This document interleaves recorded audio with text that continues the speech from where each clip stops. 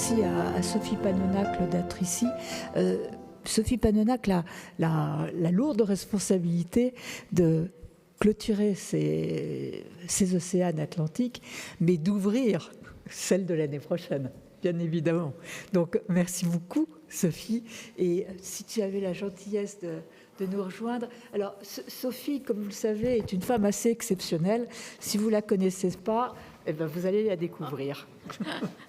Merci, Brigitte. Elle en a rajouté beaucoup, quand même. Bon, une femme, c'est sûr. Après, exceptionnelle. Ça, je ne sais pas, vous nous direz après. J'ai la lourde tâche ou charge de, effectivement, clôturer ces journées qui, a priori, ont eu l'air très riches d'enseignement, d'expérience, d'expertise, de témoignages. Donc, vous féliciter avant tout. Je serai relativement courte, on va dire, d'abord parce qu'il n'y a plus grand monde et puis parce que vous devez en avoir assez. Donc, c'est toujours difficile de terminer. Hein. En général, quand il y a des cérémonies officielles, c'est le préfet ou le sous-préfet qui termine. Bon, et tout le monde en a vraiment assez. Bon, là, ça va être moi. Non, c'est un plaisir. Merci, merci pour votre invitation, mesdames et messieurs. Merci d'abord aux organisateurs de ces Océans Atlantiques 2024 qui ont jeté l'encre donc dans ce beau territoire de notre façade atlantique nord. J'ai eu déjà le plaisir de me rendre plusieurs fois à la Bolle, notamment accompagnée de ma collègue et amie Sandrine Josso, donc députée de cette circonscription, qui me vante bien évidemment au quotidien tous les attraits de cette belle région touristique d'exception. Toutefois, je vais quand même être sincère, je n'aime pas que la Bolle. Je suis amoureuse de l'ensemble de nos territoires littoraux parce que je crois qu'on a beaucoup de chances qui sont extrêmement riches et extrêmement magnifiques. Alors, littoraux de l'Hexagone et de nos territoires ultramarins, et j'irai plus loin, bien évidemment, avec un petit clin d'œil à nos amis du Québec. Donc vos rencontres, à un moment où des choix stratégiques doivent se décider, réunissent à juste titre nombre de personnes investies donc pour le développement durable de la mer et des littoraux, des élus, des industriels, des scientifiques. Et c'est tant mieux parce que je crois que c'est réellement de cette manière qu'on arrive à construire et avancer. Moi-même, surnommée par notre amie de France Inter, la députée de la mer, c'est pas moi qui le dis, c'est lui. J'ai besoin au quotidien vraiment de comprendre, d'enrichir mon expertise à votre contact. Et donc, je suis ravie, merci chérie, merci chère Brigitte, pour cette invitation. On a besoin, nous élus, de sentir votre détermination pour avancer. Donc, ces rencontres sont les bienvenues. Aussi, je me réjouis toujours donc quand cette communauté des gens de mer tant aimée est sur le pont, au service surtout de la coopération publique-privée, indispensable aujourd'hui, incontournable me semble-t-il, coopération entre les visions politiques, entre des visions économiques, sociales, environnementales de l'économie bleue. Je veux saluer bien évidemment nos cousins du Québec et les remercier de leur participation à vos travaux autour des enjeux des territoires sensibles et des territoires en transition. Des deux côtés de l'Atlantique, nous sommes confrontés à des défis semblables ou au moins proches. Donc, ne nous privons pas et merci d'avoir eu cette idée de coopération, de l'apport des expériences des uns et des autres. Donc, il ne vous a pas échappé que nous avons traversé depuis, je vais être un tout petit peu plus politique, pardonnez-moi, pour finir ces journées, que nous avons traversé depuis de nombreuses années, de nombreuses semaines, oh là, quand même pas, on n'en est pas là encore. C'était tellement long que j'ai cru que cela faisait plusieurs années. Donc, pardon, de nombreuses semaines, une zone de temps frais, mêlant doute, crainte et espoir en l'avenir quand même. Nous sommes aujourd'hui délivrés d'un poids, nous disposons enfin d'un gouvernement. Comme vous, j'ai regardé, bien évidemment, du côté des nominations ministérielles exerçant une influence directe sur ce qui nous rassemble, l'économie durable de la mer et la protection forte des océans. Nous nous retrouvons donc dans plusieurs champs de compétences du ministère de la Transition écologique, il ne faut pas que je me trompe, Transition écologique, de l'énergie, du climat et de la prévention des risques, et du ministère de la mer et de la pêche.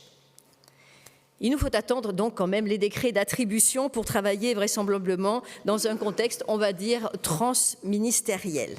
D'ores et déjà, on peut imaginer qu'Agnès Pannier-Runacher, outre la mise en œuvre du 3e plan d'adaptation au changement climatique, devra s'atteler à la programmation pluriannuelle de l'énergie qui fixe des objectifs donc de développement des énergies renouvelables, notamment les EMR et le nucléaire. Nous y avons, au niveau du 3e plan, nous y avons énormément travaillé avec Christophe Béchu, donc ça sera la suite logique, je l'espère. Autre chantier, celui de la 3e stratégie nationale bas carbone et l'espoir donc d'une grande loi de programmation énergie-climat. La présentation du prochain projet de loi de finances nous en dira sans doute beaucoup plus sur les possibilités de manœuvre de la ministre Pannier-Runacher. Je l'espère les plus larges possibles. Nous avons besoin de budget au sein de ce ministère. Par ailleurs, à ce stade, il me semble que le ministère de la Mer est peut-être plus celui de la pêche. Non, je l'espère pas, vraiment. Mais aura-t-il donc vraiment vocation, en tout cas j'y veillerai, aura-t-il vocation à traiter du sujet de l'adaptation des territoires littoraux au changement climatique? Vous savez que c'est un sujet qui me tient à cœur.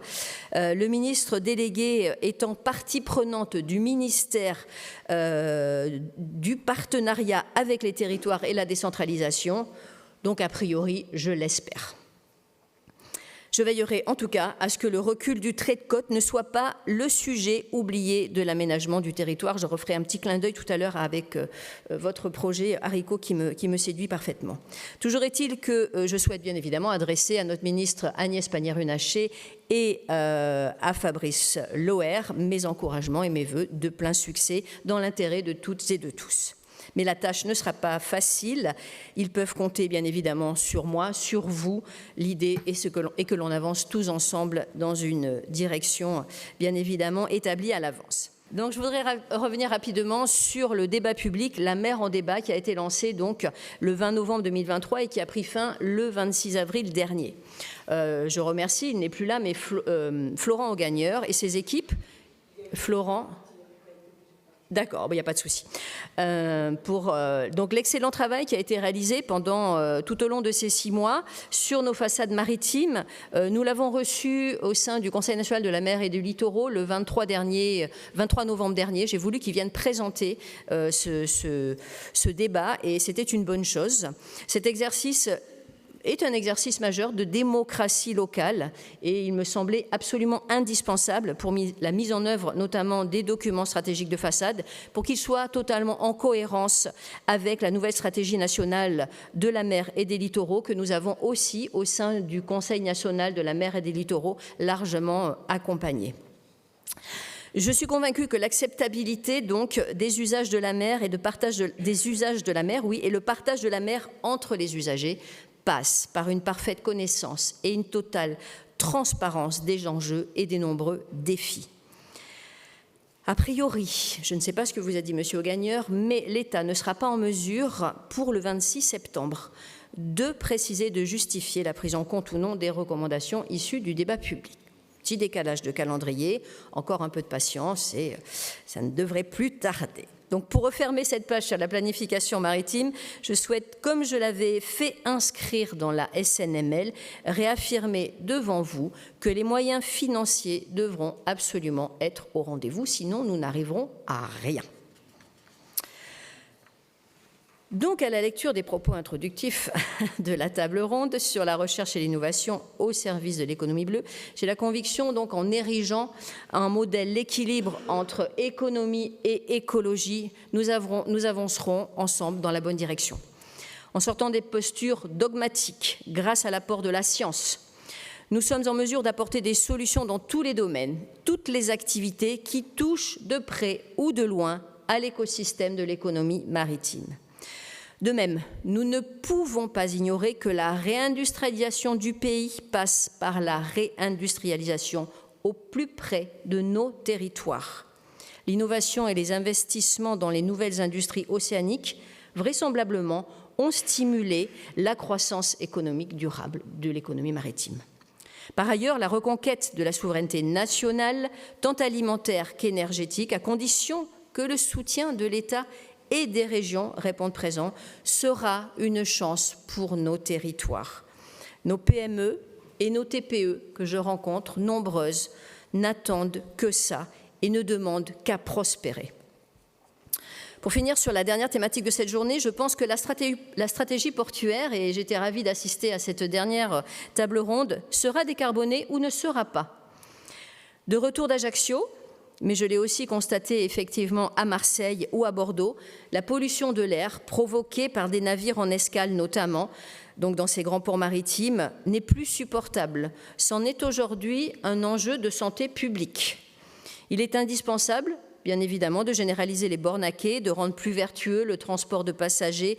Tout ça, vous l'avez dit, je ne reviens pas dessus. Juste pour vous citer un exemple, je l'ai lu aujourd'hui dans la presse. Brittany Ferry vient de mettre, depuis Saint-Malo, à l'eau un navire hybride GNL électrique de 195 mètres. Il part en direction, je ne sais plus d'ailleurs, en tout cas il part vers l'Angleterre. C'est un essai en mer. Voilà. Très bien, merci.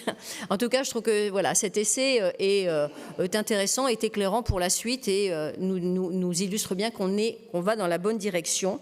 Et concernant, juste un petit mot également, vous avez parlé du Vélic. J'étais déjà, depuis 2019, une fervente supporter du transport à la voile. Et je pense que nous avions tenté d'améliorer un dispositif dit de suramortissement pour favoriser le développement du Vélic. Voilà, je crois que l'on peut encore aller plus loin sur ce transport totalement décarboné, même si ça reste une niche, l'entend. En tout cas, c'est un bon signal envoyé. Donc des efforts incontestables sont engagés, mais l'accélération de la décarbonation est la condition pour réussir l'intégration des structures portuaires dans les villes. Et c'est aussi extrêmement important. Là aussi, nous aurons bien évidemment de moyens financiers pour arriver à répondre à ce défi. Je ne veux pas être beaucoup plus longue, donc simplement pour vous dire que c'est toujours pour moi passionnant de me retrouver avec celles et ceux qui partagent la même volonté de hisser haut les couleurs de notre nation maritime grâce à ces territoires, sans qui, bien sûr, elle ne serait rien. Donc je souhaite conclure en prenant quelques engagements. Celui de poursuivre le travail que nous accomplissons depuis plusieurs années, et j'en vois d'illustres membres collectivement au sein du Conseil national de la mer et des littoraux. Ce conseil réunit la totalité, je pense, en tout cas au moins les plus, actifs, acteurs du maritime, et c'est de cette manière que nous arrivons ensemble à davantage encore mettre la lumière sur ce monde maritime de manière générale, protection de l'océan, mais aussi cette économie maritime dont nous avons tant besoin. Donc comptez sur moi pour poursuivre ce travail au sein du CNML, celui également de conclure les travaux du Comité national du trait de côte. Et c'est là où j'étais ravie de découvrir ce projet haricot. Donc moi, je vous propose au sein du CNTC de même mettre en place une collaboration pour avancer, échanger sur cette expertise des risques côtiers. Nous travaillons spécialement sur l'érosion côtière. Nous avons avancé. Nous allons, dans le cadre du prochain projet de loi de finances, je vais déposer des amendements pour apporter les financements dont nos territoires littoraux ont tant besoin. Le CNTC, là aussi, est extrêmement représentatif. Alors, vous citiez tout à l'heure interdisciplinarité, je pense que nous y sommes, interprofessionnels, nous y sommes aussi. Il ne manque plus que l'international, on est juste franco-français, mais c'est quand même pas mal parce que c'est une belle réussite et je vois également d'autres personnes de l'ANEL qui en font partie et tant d'autres encore. Donc, je serais ravie que l'on puisse travailler avec vous, avoir ces échanges au moins au sein du CNTC.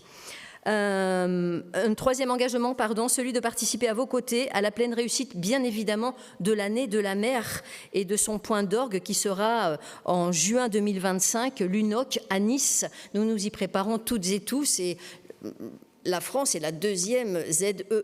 Comment on est attendu quand même en juin à Nice. Donc voilà, portons collectivement nos messages. Ça sera une magnifique tribune et il faut qu'on soit brillant dans le cadre de cet avenir maritime pour notre pays et à l'international.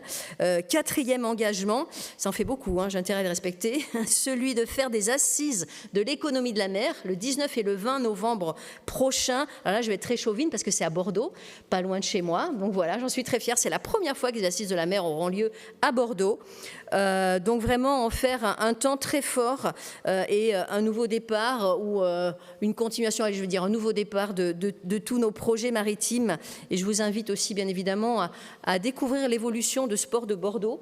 Je cite mon ami Jean-Frédéric Laurent, le directeur de ce port, qui depuis qu'il est à la tête vraiment a des projets extrêmement intéressants, notamment par rapport à l'hydrogène vert et tant d'autres. Donc voilà, venez nombreux aux Assises de la mer à Bordeaux en novembre. Et enfin, dernier engagement, continuer à célébrer ensemble la fête de la mer et des littoraux. La prochaine édition, ce sera la 7e édition sur l'ensemble de l'Hexagone, donc du 6 juin au 6 juillet 2025. C'est un formidable outil de sensibilisation, d'ouverture au grand public. Eh bien, pourquoi pas, on peut lancer l'appel aujourd'hui, l'appel de la fête de la mer et des littoraux. Il y a toujours des appels à l'ANEL quand on organise nos journées d'études. Donc là, on peut lancer l'appel en partenariat avec Québec, ce serait formidable. Vraiment, quand j'ai démarré à travailler sur ce sujet maritime en 2017, je trouvais ça extraordinaire, passionnant. Je l'ai découvert, mais je vous reprochez de travailler un peu à huis clos. C'était un peu un monde fermé. Et je crois qu'en tout cas, depuis 2017, ça s'est vraiment ouvert. On en parle de plus en plus. Et vraiment, il est important de poursuivre cette sensibilisation, d'ouvrir aux jeunes. J'en vois là présent. Les métiers de la mer sont encore méconnus. Nous avons besoin également de les faire découvrir. Donc voilà, la fête de la mer et des littoraux, ça sert à ça. Ce n'est pas juste le bal du samedi soir. C'est aussi découverte de ce grand univers du maritime. Voilà, j'ai en tout cas le sentiment que nous avons ensemble encore de nombreux projets et que donc nous risquons de nous revoir très bientôt. Merci de votre attention.